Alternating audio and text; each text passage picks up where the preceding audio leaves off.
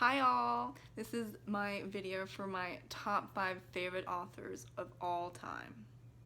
So far, because I'm 24. So my first author, my number 1 favorite author of all time is Lippa Bray. People probably know her more for the Gemma Doyle trilogy, but I also loved Going Bovine, so this is a recommendation. I love her because her characters are just so rich, and her storytelling is some of the best storytelling that I've ever read so far. And she is such a nice, goofy, silly person to interact with or to watch in interviews. When she's talking to people, when she's interacting with people on social media, when she's discussing her book, she just has a light around her that screams, I'm a writer and I absolutely love what I do and what I write. And it's just all about passion for her. And that really shows in her work. So that's why she's number 1. Number 2 is someone that, unless you read, I guess, Irish writers, you wouldn't know about her because she lives in Ireland and she doesn't have any social media that I can find. And her name is Morgan Llewellyn. She is my number 2 favorite author of all time.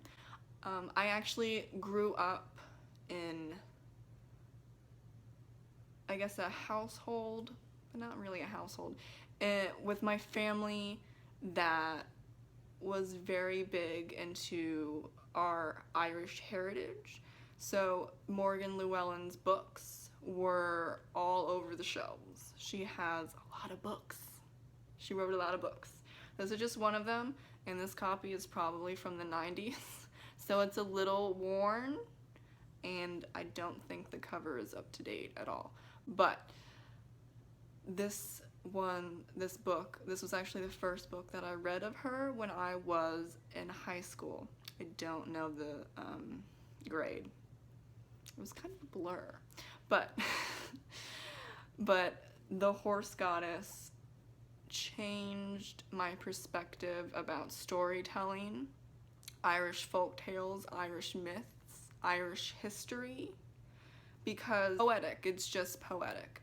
And her writing is poetry. What I also love about her is her writing is very distinctive and a breath of fresh air, because you usually don't see Irish stories that aren't, you know, myths that are written down and, or, you know, about leprechauns. There are no leprechauns in her books. It's a lot about folk tales and myths that she turns into real life, and I think that is a great talent. She is my 3rd favorite author of all time because I love that she writes about the women of the Tudors that are often forgotten. She is most well known for The Other Boleyn Girl, which is about Anne Boleyn. What I love about Philippa Gregory is not just because she writes about women that have been discarded by history, as she really defines her characters as strong in their own way. These women weren't able to, you know, physically fight, and they didn't have any rights, but they're still strong characters.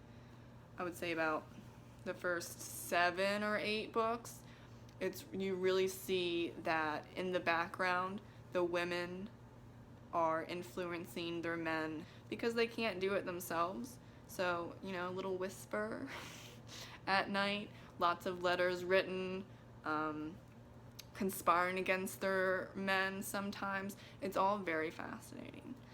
And I know that there's been huge controversy around Philippa Gregory because I believe the most controversial book that she wrote was The Other Bowling Girl, and people were extremely upset that she included the horrible rumors about Anne and her brother having intercourse and trying to produce a male heir and all of that, which I can understand to a certain extent, but it's historical fiction, and I'm not here to learn about Anne Boleyn or any of her characters that she writes about by reading historical fiction. I've read a lot of nonfiction about the Tudors, and that's where I get my information from, my facts from, or historical opinions from, not from a fiction book. So I don't have a problem separating her works as her historical fiction and then the rumors or controversies or whatever else she uses and combines to make her works. I don't have a problem with that. But I totally understand if other people have a problem with that and they don't want to read her. William Shakespeare is my number 4 greatest writer of all time. This is actually all of his works, and I'm getting a workout because this thing is probably 8 pounds. It's a special edition from Barnes & Nobles. That's why it's so shiny and fancy. I love William Shakespeare, and I really do think people being introduced to William Shakespeare need to see at least 2 of his plays, or at least watch a movie or 2 of the plays that they're required to read, because he can be really difficult, especially for middle schoolers. I remember that I had to read Midsummer's Night Dream in 8th grade, and that was difficult. To read and understand Shakespeare without watching the plays, so I always recommend people watching plays, and if they can't get to a play, which I totally understand, watch one of the movies about him, not about him, but about him, about that are based on his plays. I love Shakespeare because he's invented a lot of words that I use on a daily basis. Not only that, but his works are so in-depth and have so many layers, and one word that he uses in one scene could mean 3 different things, and they're all relevant to that scene and to that act and to that play, and I just find that mind-blowing that he was so smart and wise to do that at that time period, because you just haven't seen, personal opinion, you just haven't seen another writer like him since him. My 5th favorite writer is Stephanie Dray. She's a historical fiction writer. This is one of her, this is the first novel in her trilogy about Cleopatra Selene, which got me hooked on Stephanie Dray a few years ago, and it follows Cleopatra's daughter, Cleopatra Selene, who is also forgotten pretty much by historians, just like how the Tudor women, or just the women of that time period, are forgotten. If you haven't noticed, I do like history, and I do like historical fiction.